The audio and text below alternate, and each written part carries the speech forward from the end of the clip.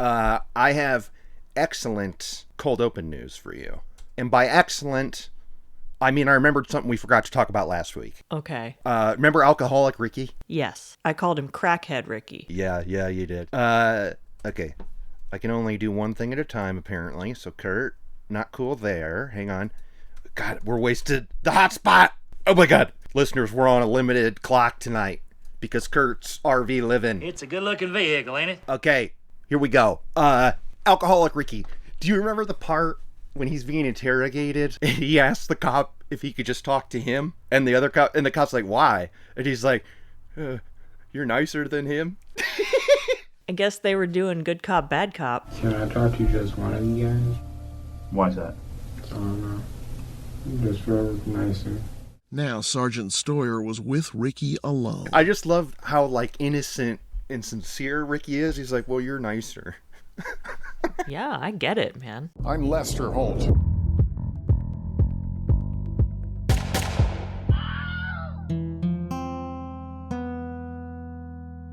Howdy, Holtheads. Kurt Money here, alongside my co-host, Kateline. and we are here to talk about the third ep of the season of Dateline Season 33, called Down the Rabbit Hole. Oh, we got a lot of thoughts in this ep. We're going to try and talk about it as spoiler-free as we can while we tell the story, and then we're going to rip into this sucker. Am I right, Kate? Or am I right? Yeah, we'll see how this goes. Yeah. Here's Keith Morrison with Down the Rabbit Hole. Episode aired October 11th, 2024. A 16-year-old girl calls 911 to report a break-in at her family's home. When police arrive, they discover that her mother has been murdered, launching an investigation that featured a false confession. Yeah, that did happen in this episode. It did. There were probably a billion false confessions. I mean, there was more than one, certainly. I mean, everybody was getting in on it. Everyone was lying. Yes. Sometimes for no reason. For no reason at all. And, okay, well, let's get into it. We start in Humboldt, Texas. I thought it was Humboldt. That's a California place, maybe. This is called Humboldt, Texas. This is a suburb of Houston. Okay, cool. July of 2012. Carrie Murphy comes running out of her house. She's telling her neighbors, call the police. My mom's been murdered or attacked. Some guy attacked her. So Carrie calls the police and we hear the 911 call. Tell us about this 911 call. So she's saying that someone broke into her house and went straight to her mom's room, and she's not sure what happened because she just heard her mom screaming a lot, but she thinks she's hurt. Right. And she, at the time of the phone call, said that she ran out of the house. That's not really true. All I did was hear my mom scream, stop. Okay, but did they break in or did they just come in? I broke in. So the cops rush over, and Carrie's older brother Scott, gets the news. And Scott drops everything. He's like a airplane mechanic or something. Yeah, he works at the airport, which is not too far away. And on his way to the house, he calls their dad. And Carrie is in one of the squad cars crying, and the brother's like, what's going on? Where's my mom? He starts getting really aggressive, understandably. He doesn't know what's going on. He's worried. He just gets a little aggro, and the cops also, they put him in cuffs just to kind of keep him. And in the cop car. I mean, luckily there were multiple cars. In a different cop car. Yeah. And then his dad is like mouthing to him to stop because the last thing they need right now is for him to get arrested. And he wanted us to know, he's one of the only people interviewed in this. Yep. He wanted us to know that when his dad tells him to stop, he listens. He may have been 21, Kate, but when his dad says stop, he's gonna listen. I may have been in my 20s, but my dad says stop.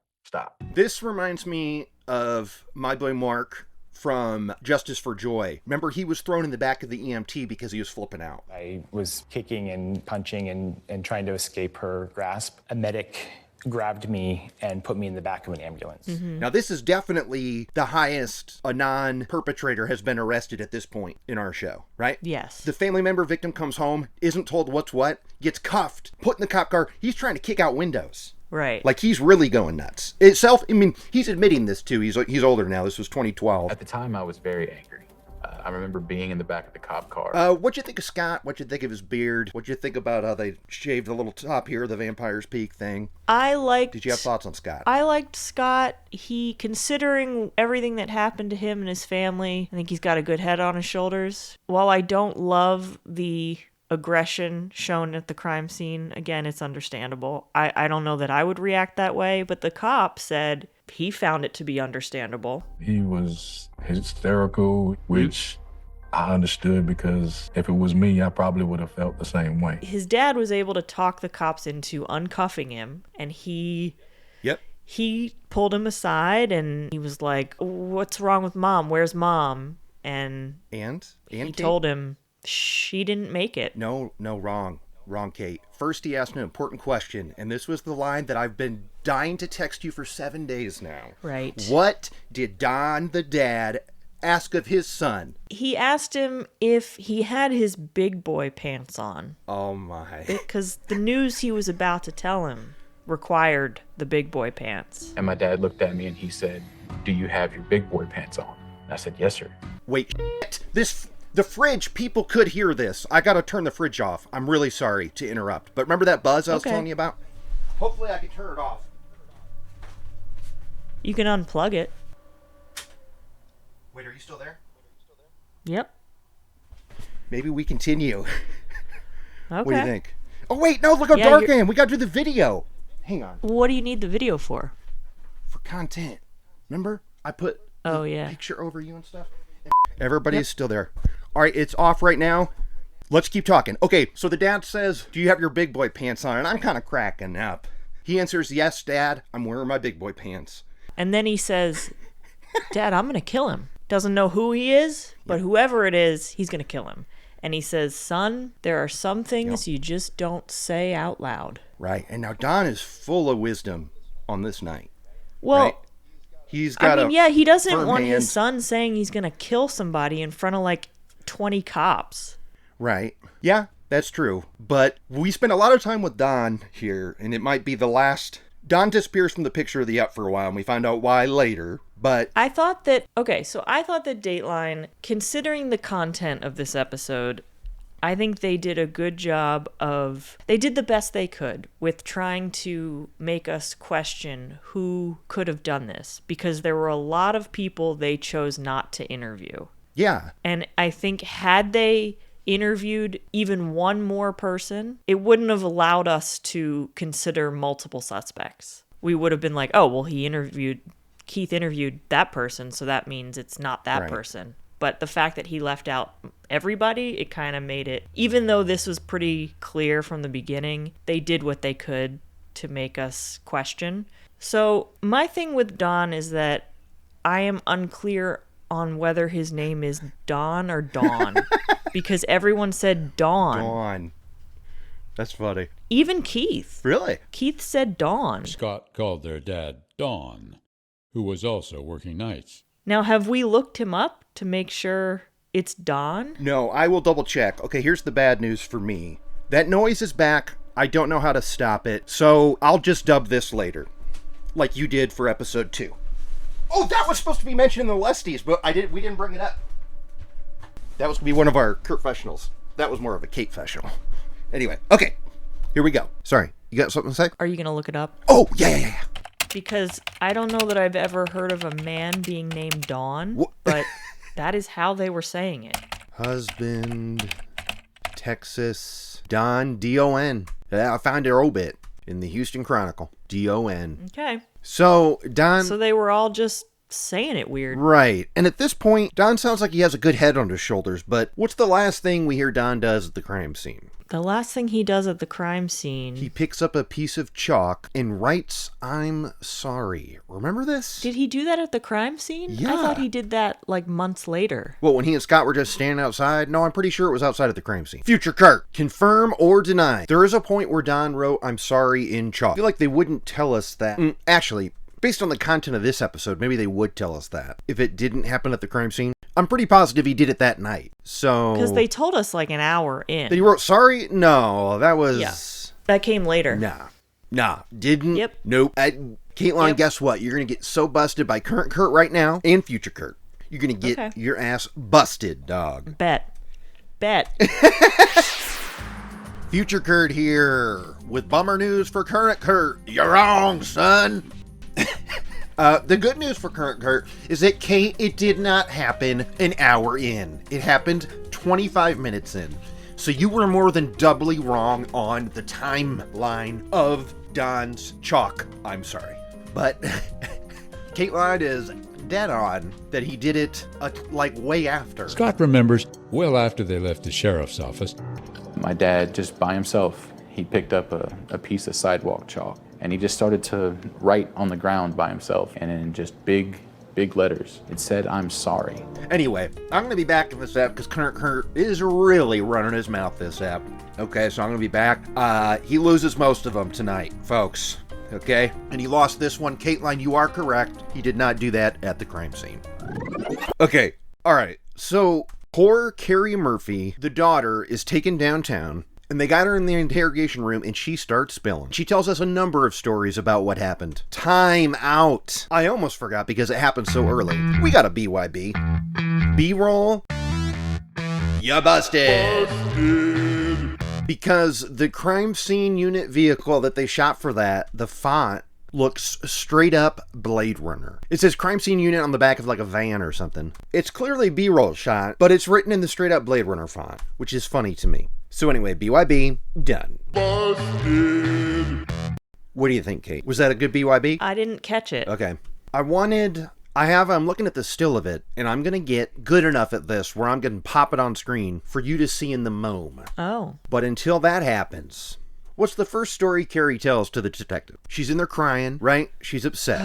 All right. So this is where I feel like I'm just going to start ruining with spoilers, because this is where it all kind of goes wrong. Okay.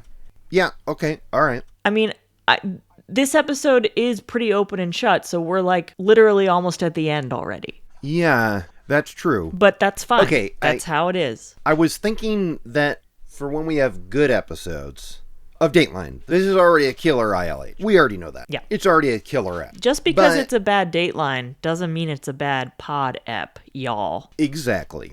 And I think when in the future we have a good Dateline, we should try and avoid tipping it off until a certain point, because so many friggin' people don't watch the app. Mm-hmm. But the nature of Carrie's interview with the police, it lends itself to spoilers, because this girl gets in there and her story changes several times. Mm-hmm. And that happens when someone is guilty. Yeah. So she's doing a very kind of fake crying thing where every word is kind of and a lot of sniffles, which is like the sniffles where it doesn't sound like there's anything to sniff. Like, I get the sniffles when you're crying and all the goo in your face is coming out, but it was dry. There was nothing. She wasn't sniffing anything. So it was just like every other word a sniffle. And it was so fake. So fake. And even if she had been completely innocent, I would have commented on this because that's what it sounded like. Yeah. So she's saying that she's in the house. She had her music on in her room, so she didn't hear anybody break in, but then she heard her mom screaming, and she was scared, so she didn't go to check it out. She waited, and then called the cops or something, and she runs out and goes to the neighbors, and this is where it all starts to fall apart. So like, this is where the lies start to crumble. As she says, she went to tell the neighbors to call 911, and they go, why don't you use that phone in your hand, right? Right. The cops, meanwhile, while she's in the interrogation room, they're at the crime scene digging around, and they've very quickly come up with what they think happened, because they see broken glass at the back door where Carrie said someone must have broken in, but they notice that the glass was outside. The glass is outside, which means it was staged. Classic. And then they interview a neighbor who said they heard the glass break twice, and then they looked out and saw Carrie in the backyard going back inside, like she was the one who was breaking the glass. Yeah, or it's either that. Either way, she was running in and out of that door when the glass break happened. So the way that Carrie's telling this, her mom had just been murdered. The guy might still be in the house. But that's the first thing they notice when they find the body of her mom in her bedroom, all bloody because she'd been stabbed 73 times, is that the blood is almost like coagulated. Like it's almost dry. So they present to her like, but you said it just happened, but her blood is dry. So clearly she's been dead for a while. So what's going on here, Care? Yeah, and when they mentioned that the neighbors saw her, she's like, like, no. And they're like, well, yeah, I mean, they know you. It was you. And she's like, what are you saying? That I had something to do with this? And they're like, yeah. Yeah. Yeah. And she's like, well, that's crazy. No, I didn't, sir. And, oh, wait. Okay, one thing we're going to learn about Carrie is she will throw anybody under the bus. Because the reason why the neighbors are wrong, because they were high on weed. They were high on weed. They were high on weed. The neighbors were high on weed, she said. Okay, Carrie. And she says, because she knows that her story is falling apart, she says, I'm a nice person. Yeah, she does. Do you have any enemies? No. No. I'm a very nice person. She offers that up when the cops say, do you think you were the target, maybe? Right. And that was Carrie's first response. Oh, I'm a very nice person. Okay. I don't have any enemies. I'm a very nice person. And they're like, okay, we didn't ask, but, okay. And that's another red flag, because if you have to say that you're nice, you're not. You're not. And, oh, hey, keep that in mind for later. Uh-huh. Someone else's dumbass says almost the same thing. Yep. So they confront her with how her story doesn't add up, and slowly she realizes she's and changes her story yet again. And this time she may actually know who did it. First, she says that it could be this guy that she got into a traffic accident with, who she saw kind of like stalking her at a restaurant earlier that day. And the cops mentioned they find this letter on the dining room table that says that the killer left. That the killer may have left. That says, good luck at court tomorrow without your mom. Bitch. Said something to the effect that good luck in court without your mom, bitch. But the cops aren't buying it because they're like, why would the killer leave that when it points directly to them? So they don't think it's this guy that she got into the accident with, but they're letting her go down that road with it. Well, the cops do say, my favorite quote from the cops, I don't remember these guys' names, they were not dinguses, but I love when they're going like, why would a guy kill somebody then leave a note? And they say, and the killer's just out there lollygagging around. A stranger isn't going to spend all the time if he killed your mom and then just lollygag around in the kitchen. This is the cops lollygagging around. That's good stuff. Do you remember that? Lollygagging. Great word. From a Texas detective. I don't remember that, but you're right. They were not dinguses. They were very not buying the bull. Yeah, and you're right in that they kept letting her digging holes. Because her first story is unknown male break-in. Oh wait, it wasn't a break-in. I kinda knew the person who did it. And this person is because she's also doing traffic court the next day. And while she's in the cop car at the crime scene, being consoled, she wants to know if she still has to go to court the next day. Right. So that's another red flag. Like, she seems to care more about that. And she's asking them, she's describing it in the interrogation in detail, the wreck that supposedly happened, and how this guy is her stalker. Right. But what's up with this stalker? But he's not the only stalker, Kurt. Because when they kind of pick apart the fact that it couldn't be this guy who she got into the accident with, because no one in their right mind would leave a note basically saying that they did it, she changes her story yet again. And this time, it's her other stalker, this neighborhood kid named Zane, who was a couple years older. Aren't they one and the same? What? Zane is the guy who got in the accident, I think. No. Well, all right. Why? Future Kurt, I guess. You saying that there were two people. I feel like Zane, this dope that dropped out of high school and took a terrible senior photo, he's the only one we're talking about. It's the stalker. No, Kurt. All right. Okay. The man she got into the traffic accident with was at a restaurant spying on her and her mom, so she says. All right. Well, I said I'd be back, and here I am, future Kurt. To scold current Kurt, you're wrong again. Kateline wins this one, too. You're just 100% wrong, dude.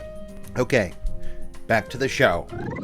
So she says that he was like stalking her. And then she pretended that his car was driving by their house that night too. So much so that her brother is like, okay, well, I'm going to come to the house before work and check it out and make sure this guy isn't driving by. And she says the guy in a blue truck. And she knows that because that's what the guy was driving when she got into the accident. But then she changes her story again. And she says, well, there's this creepy guy who lives in the neighborhood and I knew him from high school and he's kind of in love with me, but I'm not into him, but he's stalking me. And he may have done it. And at that point they say, okay, will you take a polygraph? Carrie says, yeah, sure, I'll take a polygraph. And sure enough, she fails it, right? She fails the polygraph. They bring her back in and she goes, okay, guys, now it's truth time. Turns out I didn't help as much as I could have. Because they asked, like, what would your mom think right now? And she's like, will she be mad? Because I could have helped, but I didn't. Because I'm mad at her. Because she told me I'm stupid. Right. So then they're like, okay, so you actually let Zane in. And then she's like, yeah, so what really happened is I asked Zane to just come over and scare my mom, not to kill her. And then he came over and he and some other guy got carried away and killed her. And classic, oh, we just meant to scare her. We've heard that before, too. We've heard that so many times. Yeah. And the cops are like, all right, let's find this Zane kid. And so he's easy to find. They bring him down. They start talking to him. And Zane's first thing he says is, well, I'm being framed. And you could tell in the cops' tone they're not buying that for a sec. Framed? Yeah, Yeah. Someone's framing me. Framing you? Yes. Which is funny because he was being framed. But at that point, we're not even sure. Right. He says, like, it couldn't have been me. 1, I don't know where Carrie's house is. 2, I was at my house all night playing Guitar Hero with my cousins. Right. Now that's Zane's first explanation. Then, at some point, he was then asked questions for another hours or so. Or maybe, did he fail a polygraph? Because at some point, he changes his story. Oh, right. He fails a polygraph, comes back. He failed a polygraph. I don't think Carrie was given a polygraph. I think it was Zane. I got it written down right here. Carrie fails polygraph. So this will be the third future Kurt, correction or not, because I wrote it down, so we'll see. All right. Okay. Well, Oh, I'm so glad Kateline spoke up in her belief that Carrie did not take a test, because guess what? Carrie did take a test. And not only that, she failed it. Keith, can I get a backup via clip from the show, please? So Carrie took the test, but in the end, it wasn't helpful. Not to Carrie, anyway. Thank you, sir. Sorry for dissing you later, but this was a weak ep. But anyway, back to an excellent ep of I'm Lester Holt. Future Kurt out of here for good. Final score, Kateline 2, Kurt Money 1. He fails because he's so nervous because he's being questioned for a murder he didn't do. So obviously he fails because he's sweating bullets. Yeah. So he goes back in there and says, turns out I did do it, guys. I did actually murder her. Yes. So this is another weird situation where we have someone who is making a false confession just because they're scared and they don't know what else to do. They just want it to end. And I get that this happens, but this is very stupid. Yeah, and it's good that his whole play here is dumb. But I guess being dumb is kind of on his side. Because when he explains himself, he's like, well, yeah, I stabbed her 4 times. And when I went inside, I went upstairs and killed her. And right away, everybody's like, it's a 1-story house. What's this guy talking about? And she was stabbed 73 times, not 4. Yeah, not just 4. The upstairs revelation was, thanks to the Texas DA, if you put a lineup up, I'd say that lady is a prosecutor in Texas. You know what I'm talking about? She had like the big wall of hair. Yeah. Right? She was great. But I think it was awesome that she wasn't just quick to assume that he was part of it. She looked at the details and was like, yeah, there's a confession, but none of this makes sense, so we're throwing it out. Yeah. So he wasn't charged, which is great, because in any other circumstance, you can see how they'd go down the road with somebody for years, putting them in prison for something they didn't do, and then exonerating them maybe years later after they've already done time. But she's like, nah, this kid's lying. Yeah, right. We gotta say that he says, I didn't do it. Okay, yes, I did. But in that same interview, no, actually, this is the truth. I didn't do it. I was at home with my family till 3 a.m. playing Guitar Hero. You can ask them. I was at home until 3 o'clock in the morning. Okay, you're losing me. What time did you go over Carrie's house then? I didn't go to Carrie's house. And then in that same interview, he said, but okay, I did do it. I did do it. So he goes back and forth twice at least, right? He says I did and I didn't a few times. He does. And I think maybe Dateline didn't really get into his mental state and maybe what they were kind of working with here. We don't know if he had some, challenges or what was going on. It sounds like he maybe wasn't, didn't have all of his faculties, maybe. Well, you saw that senior picture. There was something up.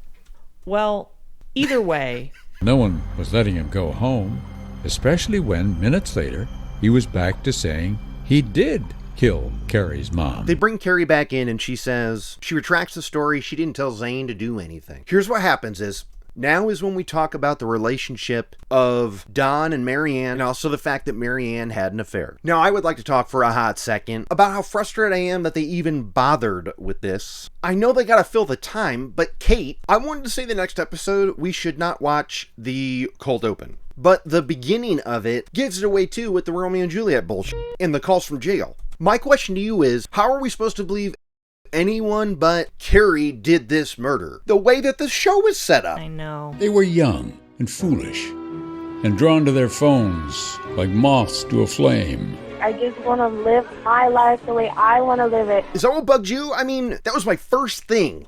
What's happening? Obviously, it was Carrie because there was teenage love involved, and Carrie's the only teenager in the show. Yeah. Absolutely. And they wait till the hour mark to talk about it, but there are jail calls that they put text up on screen about them saying that they love each other and stuff. That's before the episode starts. So this whole time I'm going, the only way that works is if somehow Don was somehow involved. That's what I was waiting for, because I was like, if this was all just these two people loved each other and they killed the mom, that was the setup to the ep. Right? Like, Mm-hmm. And then we find out that Don is definitely not involved because of some bummer news, and it's not cool that I'm laughing. So, Kate, you tell this part. How did Scott know that Don wasn't doing so good? Yeah, so Scott tells us that very quickly after the murder, Don's brain broke. Yeah. He had a mental break, and he had to be put into a facility. He was still thinking that his wife was alive. He didn't really know where he was. I mean, this is often, unfortunately, I think this is a more common occurrence when a big traumatic event happens. Really? And I was going to ask you if you thought that this was going to happen anyway. You think this was all because of the trauma? I do. He had struggled with alcoholism, and I think he was already going down a dark road, but I think when things like this happen, it can just, exactly what Scott said, it can just, something breaks. He definitely had nothing to do with this. No, because he was barely a person anymore. Scott says the murder happened in July, and by December he was talking to Christmas trees. Yeah. That's a direct quote from Scott. My mom died in July of 2012, and by December of 2012, my dad was talking to Christmas trees. He was, having conversations with shadows. That was when I was like, well, okay, Don definitely had nothing to do with this. That was the only thing that was like a possible mystery here. So now that Don is off the table as a suspect, we are introduced to Rebecca. Now, Rebecca is 4 years older than Carrie, but they are quite close. Kateline, would you like to tell us about Rebecca? Well, some of Carrie's friends told us a little bit about Rebecca. Yeah, we did talk to a few of Carrie's friends that seemed all pretty chill. Yeah, they seemed great. And they were talking about what their high school was like and what the demographics of the town were like and how Carrie sort of fit in there. The one friend was saying that the community was largely Hispanic and Black, and that Carrie who kind of stuck out like a sore thumb because she was so tall and she had these big rosy cheeks and just extremely white. Yeah. In a community of color. Our school demographic was majority Black and Hispanic, and because she was so tall and rosy red cheeks, she stood out. As she got older, they noted that she kind of had a harder time figuring out who she was. And she met, what's her name? Rebecca. And she met Rebecca, who was 19, and Carrie was, I think, 15. Yep.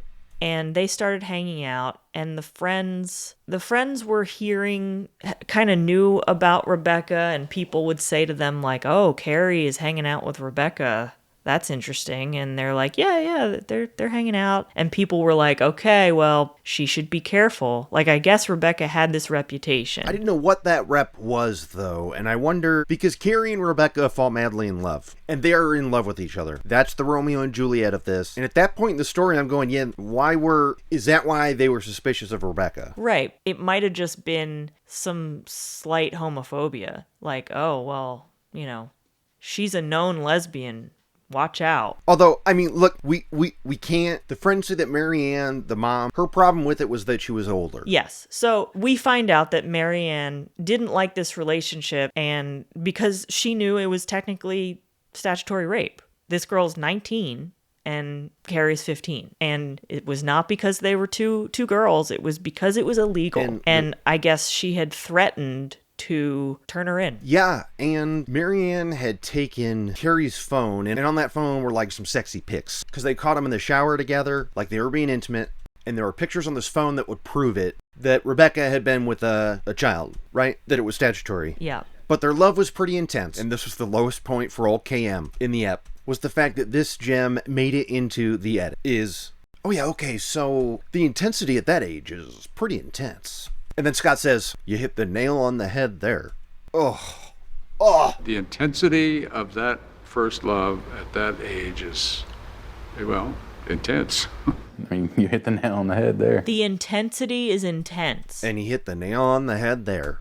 I'm like, and again, I'm going like, oh, Keith, wow. Dude, what's going on? Much like the Keith Has COVID episode, I'm going, this is what we're bringing to the table here, guys. I don't know. I'm going hard on the set, but I'm kind of disappointed in Dateline. Yeah. I don't know. Listen. What do you think? Young love is intense. It is. It's, to liken it to Romeo and Juliet, though. Yeah, it doesn't fit. You know how it happens.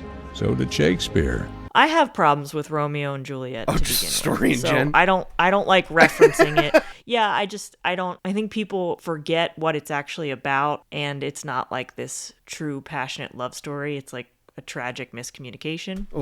Yeah. So it doesn't ever, whenever people are trying to use that as an example, it's never the right example. And in this case, it's, again, not correct. Hell no. These girls are just, they're young and in love and obsessed. We've all been there. It's just in this case, it was an inappropriate age difference, and Marianne wasn't having it. She took the phone away, Carrie's pissed, and they hatch a plan. Yes, but first, when the cops find out about Rebecca, they go to talk to her. And the first interview with her is just in the cop car. They don't even bring her downtown. They're just in the back. They found her at home. Talked to her in their car. And this is when Rebecca offers up. What did she say? Just like we heard in the beginning, she says, do I look like a bad kid? Don't I look like a good kid? Yeah. Do I look like a bad kid? I'm a good kid. And the cop is like, yeah, you look like a good kid. Or what does he say? He's like... No, he does. He goes, you're right. He says, he agrees. And you're telling me the truth in what you're telling me? Yes. Do I look like a bad kid? No. I'm a good kid. Like the cop was falling for it, or playing along. And to be fair, when we see that mugshot later, she doesn't look like a bad kid. She looks like a scared little girl. Yeah, and her tone in the cop car was kind of like that of like a rascally teen. You think I'm a bad kid? I'm one of the good ones. And it kind of bummed me out later, because I wanted to like Rebecca in that moment, but... Again, if you have to tell people you're good, you're not good. Yeah. I was also a really good husband. Yes, I cheated on my wife. They let her go at that point. They let her out of the cop car. But then they find out about this burner phone that Carrie had. And this is where Keith had a moment to shine. This is where the episode title comes from. Because they didn't call it a burner phone. They called it a bunny phone. Yeah, because they're each other's bunnies. Well, actually, you are so wrong. They are each other's penguins, Kate. But we'll talk about that later. Right? Oh, boy. No, my penguin. My penguin. My penguin. No, my penguin. No, you're my penguin. It reminded me of a friend of mine who used to call anyone she was dating, you're a monkey. No, I'm not a monkey. You're a monkey. And I used to get nauseous hearing that. I'm sure I'm guilty of the same thing. I'm glad that I don't remember specifics. It wasn't monkey. Was it monkey? I don't know. Look, anyway, Bunny, what they called Rebecca, because Rebecca bought her the phone. But Rebecca told the cops, oh, that was just a fling. We're not together anymore. But the cops, they go to the numbers, don't they? They go to the texts. They go to the data. And they say, oh yeah? Then why are you talking with her every day? And why on the night of the murder? You busted. So they bring Rebecca back in. What's Rebecca's excuse now? Now what's she saying? Well, let's see. She says that Carrie called her to tell her that she killed her mom and that she was immediately upset and said, well, you got to call the cops. You got to do the right thing and turn yourself in. Yep. Not implicating herself at all. No. Rebecca made it sound like she wasn't even there and that she had nothing to do with this and was just trying to be supportive, but wanted her to do the right thing, which we know is not true. Yeah, but the cops give her the polygraph, and what happens? She f***ing passes the thing. So the cops think it's very true. How'd she pass it? She passes it because she's a sociopath. Right, I mean, that's why. I mean, again, yes. Get them out of here, but she straight up passes the... Yep. So now they're going, well, now we don't know what to do. We know it wasn't her. She said it was a good kid. We're believing her. And then walks in Martin Juarez. Right. He was the getaway driver of the car. He goes in and tells the cops that Rebecca said, hey, I gotta do something real quick. Just hang out here in this car for 20 minutes. I'll be right back. An hour passes. She comes back all sweaty and out of breath. And is like, go, go, go, go, go. And Keith throws to commercial with some great wordplay. Run, bunny. Run. Remember that? Remember that? And she's just telling him to go, go, go, go, go. Run, bunny. Run. And where do they run to? They run to the dumpsters at the school, and she dumps an evidence bag there. Oh, right. Right. Which I guess they never recovered. So yet again, get something in a dumpster, get that dumpster picked up, and you're scot-free. You're out of there, right? Yeah. They would have gotten it sooner, but this getaway driver didn't appear until a while later. Yeah, and I also got to say that another thing, I don't know if I'm putting on the list, but I said it out loud with him when he said it, is when she passed, I was like, someone's going to say with flying colors. Who's it going to be, right? We heard it. I mean, she passed with flying colors. That always follows it. It's either they've never seen someone fail the test this bad, or yeah. they pass with flying colors. It's one or the other, Kateline. Nothing is ever just whatever. Yeah. Okay, so at this point, do get the video of Zane playing Guitar Hero. So even if his dumbass comes again saying, I did do it, I wanted to scare her, they say, Zane, go home. We've got proof because you and your fam recorded yourself playing Guitar Hero in 2012. This is kind of a burn on Guitar Hero, Kate, is what I'm doing here. It's a little late to be playing Guitar Hero. What do you think? It is, but it's very fun. It is, yeah. I mean, yep. But how many times can we rock out to maps? So at this point, they bring Carrie back in and say, sorry, you and Bunny, you're going down. You're arrested now. Sorry, ladies, come with us. And poor Scott, the brother, gets together the bail money and gets Carrie out of there. Rebecca does not have a Scott in her life. She's still in prison. She stays in prison for a while, and Carrie is out free, just living her life, partying, acting like she's not going to be on trial for murder. She's acting like Rebecca's going to get out and everything's going to be great. And her friends even noted, like, this is kind of crazy behavior considering what's going on. But because these girls are stupid, they violated their no contact order. Right away. And they're talking. Rebecca's calling her from jail like every day. 800 hours they talked, even though they're not supposed to have any contact. They talked more than 800 times. And all that time, law enforcement was listening. It's so funny that they don't, because Keith has a lot of fun breaking down their calls. Sometimes Rebecca sounded needy, Carrie annoyed. And I gotta say, I cringe when you know the other person's not into it anymore. And I speak from experience. The girl that I moved out to LA with, the first time we got together in high school, I have distinct memories of these conversations, and I'm going, oh no, it's not there anymore. What's happening? Right? But you refuse to acknowledge it, is what happens. Oh, yeah. So you can hear Rebecca being like, I love you. And Carrie pauses and is like, yeah, I love you. And she's like, you have to say it like you mean it. I felt for her bad there. I felt for Bunny, because I was like, that's what I wanted to say to Carrie. I was like, you think I'm going to buy that? Try again. Take two, Carrie, because that was not convincing. I love you. I love you too. No, you didn't say it like you mean it. I love you too. And Carrie's attitude on these phone calls, I mean, Pretty frustrating, huh? How are you feeling about Carrie on these calls? Well, in the beginning, it seemed like they understood that they were being recorded because yeah.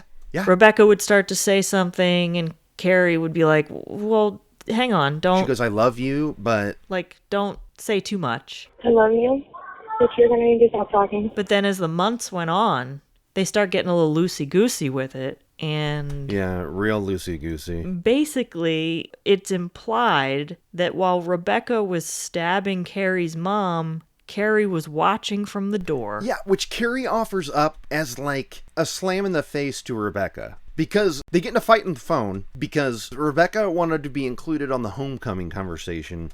And Carrie's like, I'm busy all day, and you expect me to drop everything to talk to you. And Carrie has the nerve to say, you don't know what it's like to not have a mom.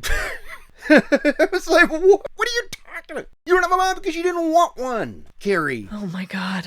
So they're fighting back and forth. And because Rebecca counters and goes, well, you don't know what it's like the night of. So now they're talking about that murder. And the cops, they got the cans on and they're going, okay, yeah, keep talking. And Carrie can't let this go and goes, actually, I do know what it's like. Because I was standing in the doorway watching it. You didn't see what I saw that night. Actually, I did. In person. Actually, I did. What do you mean you did? I was in my room the whole time. What an idiot, right? What an idiot. And oh God, my blood boiled when Rebecca goes, I told you not to watch. She goes, I know, but I'm hard-headed. What can you do? I'm hard-headed. It's your mother being murdered. Yeah. What the fuck? I thought I told you to stay in your room. I know, but I'm hard-headed. So, cops and the prosecutors are stoked because they've got a confession here. But they're really worried about that goddamn false confession that Zane offered and then took back, and then offered, and then took back. Like the false confession. That's a big one. It's kind of incomprehensible, and juries have trouble believing that. Exactly. So they go to Deal Town, which usually we're bummed about, but what was the deal, Kate? I mean, this deal was okay with me. Oh, yeah. Rebecca got 60 years in prison. Yep, and Carrie got... And Carrie got 30. 60 for doing the deed and 30 for being the mastermind. Yeah, I mean, it sucks that Carrie's going to be out in like 15 years, 20 years. That is true. But I'm just glad the deal had double-digit time, and one of them is actually the right amount, right? Yeah.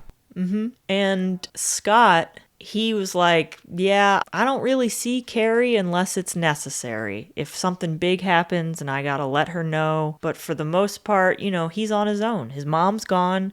His dad's in a home. Carrie's locked up. He's got a family of his own now. And he's given that his all. And that's keeping him grounded. It's crazy how fast this family just fell apart. All because of dumb teenage love. Yeah, and Scott gave her every chance. I mean, he paid her bail, and he says when they picked her up the first time, after the interview, and he goes, Carrie, who killed my mom? And she goes, I think Zane did. So he buys that for now. And then when she's out on bail, it's gotta be Rebecca. It's all Rebecca's fault. But I gotta give credit to Scott, because finally he was like, no, it was her. Yeah. And then he convinces her to take the deal, because she didn't want to. Oh!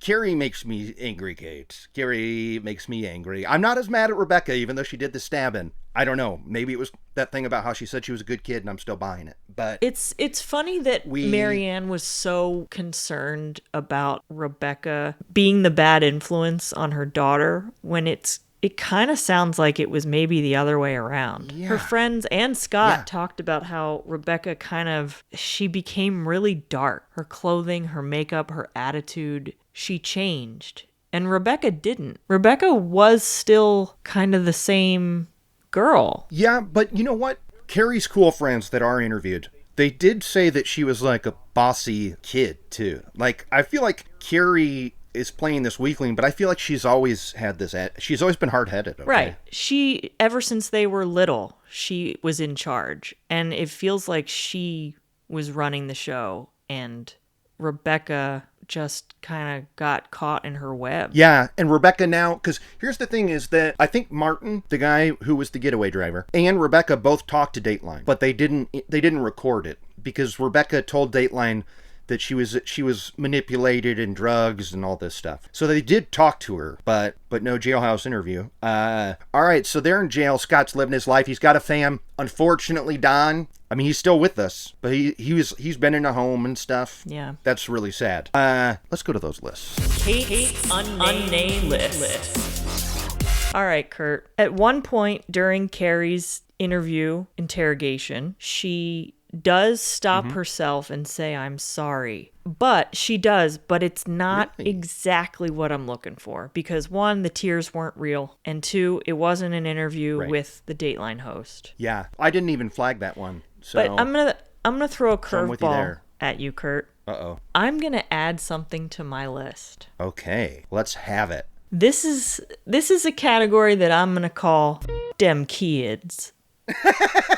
Okay, all right. If the teenagers do a murder, yep, dem kids. Okay. How's to say bye to Charlene and the kids? Them kids.